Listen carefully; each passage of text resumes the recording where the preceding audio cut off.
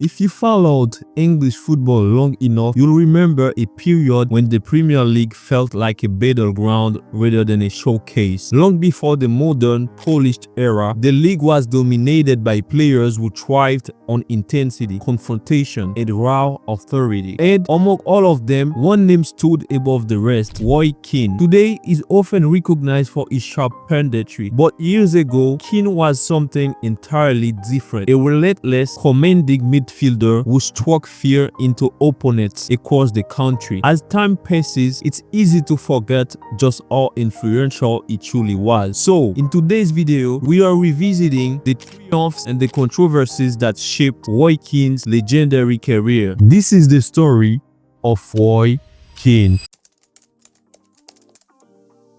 Roy Keane grew up in Ireland in a working-class household, born in 1971. From a young age, football was already part of his life, and by the time he was 10 years old, he had joined a local youth side called Rockmount. Even then, coaches noticed his energy, competitiveness, and natural edge. Physically, Keane developed later than many of the boys around him. He was smaller, lighter, and often targeted because of it, occasionally finding himself in schoolyard confrontations, situations that didn't always end in his favor. Rather than back down, Keane chose a different path. He began training at a nearby boxing gym, where he quickly showed discipline and toughness beyond his years. In competitive bouts, he proved surprisingly effective, winning every match he entered. That period revealed something deeper about his character: a refusal to be intimidated and an obsession with pushing himself harder than everyone else. But in the end, boxing was never the destination. Football was. Keane eventually left the gym behind, choosing to dedicate himself fully to the beautiful game, a decision that would set him on the path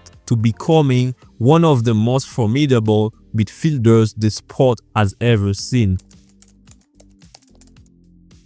After nearly a decade developing at Rockmount, Roy Keane took the next step in Ireland by signing for Cub Ramblers toward the end of the 1980s. It was a step forward, but not the future he envisioned. His ambitions stretched beyond Irish football. Determined to test himself at a higher level, Keane began reaching out directly to clubs across England, hoping for an opportunity, any opportunity to prove himself. That determination bordered on obsession. Dozens upon dozens of letters were sent, most of them ignored. In the end, only one club took the chance to reply: Nottingham Forest. Keane traveled over for a trial and made an immediate impression. It didn't take long for Forest to recognize his potential, and in 1990, the move became permanent. For a relative modest fee, Roy Keane had finally earned his pathway into English football.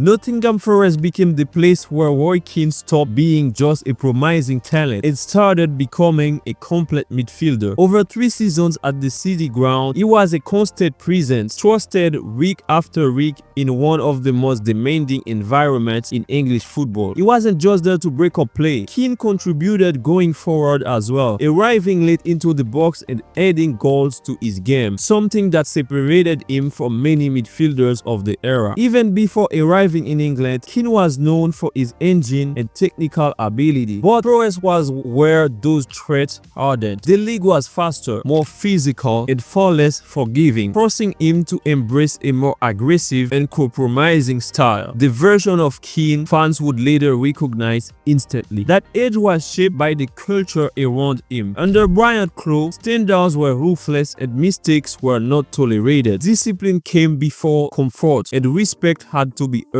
It was an environment that could break players or forge them. Keane chose the second path. Whatever the intensity of those early lessons, he never lost sight of what Forest represented: his opportunity. England had opened its doors to him, and he wasn't about to waste it.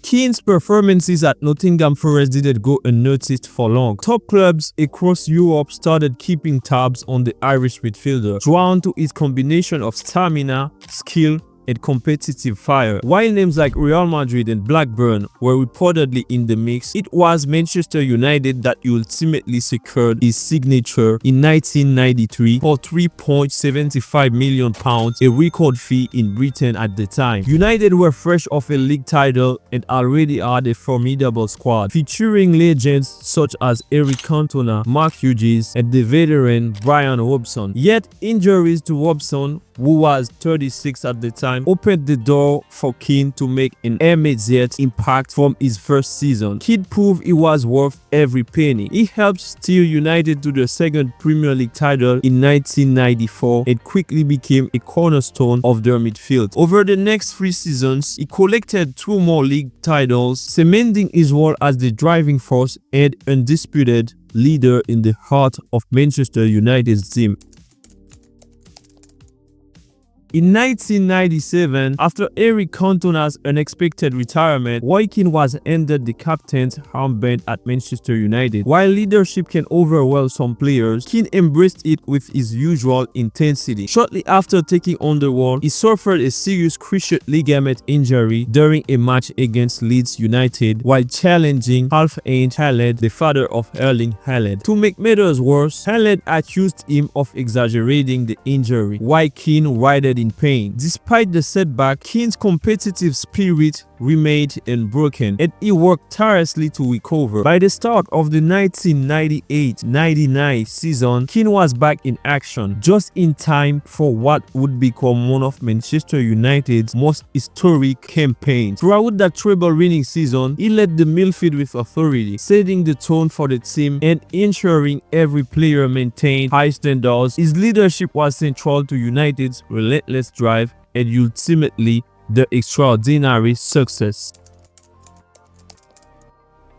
The 1998-99 season saw Roy Keane reach the peak of his powers, none more so than in the Champions League semi-final against Juventus. After a 1-1 draw at Old Trafford in the first leg, Manchester United faced the daunting task of overturning the tie in Italy. The match got off to a nightmare start, with Juventus racing into a 2-0 lead within the opening minutes, yet Keane refused to let the team spirit crumble. In what many consider the finest display of his career, he led by example, dominating the midfield, driving the team forward, and inspiring a stunning comeback. Keane scored the first of United's 3 goals in that 3-2 victory, but his impact went far beyond the scoreboard. His relentless work rate, tactical intelligence, and authoritative presence silenced a world-class Juventus midfield that featured the likes of Edgar Davids, Didier Deschamps, and the reigning Ballon d'Or winner Zinedine Zidane. Even Sir Alex Ferguson was visibly impressed, praising Keane's unyielding commitment and describing him as someone who would give everything, even his last drop of energy, before accepting defeat. Unfortunately, a yellow card for a foul on Zidane meant Keane would miss the final. Still, Manchester United triumphed against Bayern Munich in the final, completing a historic treble, winning the Premier League, FA Cup, and Champions League in the same season. This remarkable achievement stood alone as the pinnacle of English football for over 2 decades, until Manchester City repeated defeat in the 22-23 season. Keane's extraordinary influence that season earned him a place finish in the 1999 Ballon d'Or ranking, and in the following years, United continued their domestic dominance, securing back-to-back Premier League titles in 1999, 2000, and 2001, with Keane remaining the driving force in the heart of the midfield. The 2000-2001 season saw Roy Keane at the center of one of the most talked about moments of his career. During a fierce Manchester derby, Keane committed a dangerous tackle on alf-inge Haaland, earning a straight red card and an 8-game suspension. For years, speculation swirled about whether the challenge had been motivated by revenge. That question was answered in 2003 when Keane's autobiography revealed that the tackle had indeed been deliberate, a long-held grudge finally acted upon. Following the incident, rumors circulated that the tackle had forced Haaland into early retirement. In reality, those claims were unfounded. Haaland had been managing a pre-existing injury for months, and it was this underlying issue, not the challenge from Keane, that ultimately ended his career.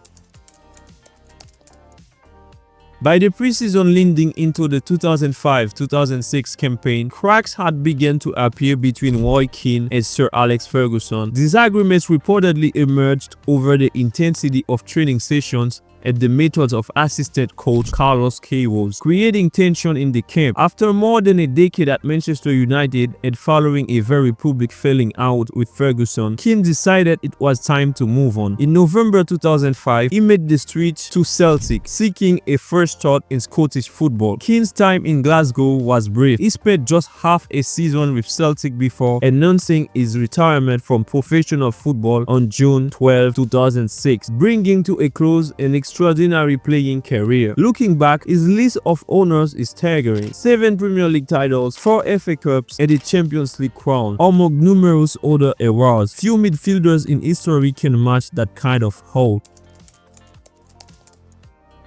After retiring from football, Roy Keane moved straight into management. Over the years, he took charge of clubs like Sunderland and Ipswich Town, and also served as assistant manager for the Republic of Ireland, Aston Villa, and Nottingham Forest. While his managerial career never reached the same heights as his playing days, it gave him valuable insight into the game from the sideline. Today, Keane has become a familiar face on television, working as a pundit for Sky Sports and appearing on ITV's football coverage. Known for his sharp analysis, honesty. How old are you now though, Jill? 37. No chance. You're older than that, surely. Jesus. And no-nonsense approach. And what's he complaining for? I said at half-time, Robertson, what a baby. What a big baby. Just get on with the game. Baby. He has established himself as one of the most respected voices in football broadcasting. Roy Keane's story is more than just a record of goals, trophies, or tackles. It's the journey of a player who combined unmatched determination, leadership, and intensity to become one of football's most iconic midfielders. From the streets of Cork to Old Trafford and now into the world of punditry, Keane's career reminds us that success isn't just about talent, it's about heart, grit, and refusing to back down when the pressure is at its highest. Whether you love him or hate him, there's no denying the impact Roy Keane has had on English and European football, both as a player and as a voice of authority in the game today. If you enjoyed this deep dive into Roy Keane's career, make sure to hit that like button and subscribe for more football stories and legendary player profile. Don't forget to leave a comment telling us which Roy Keane moment blew your mind the most.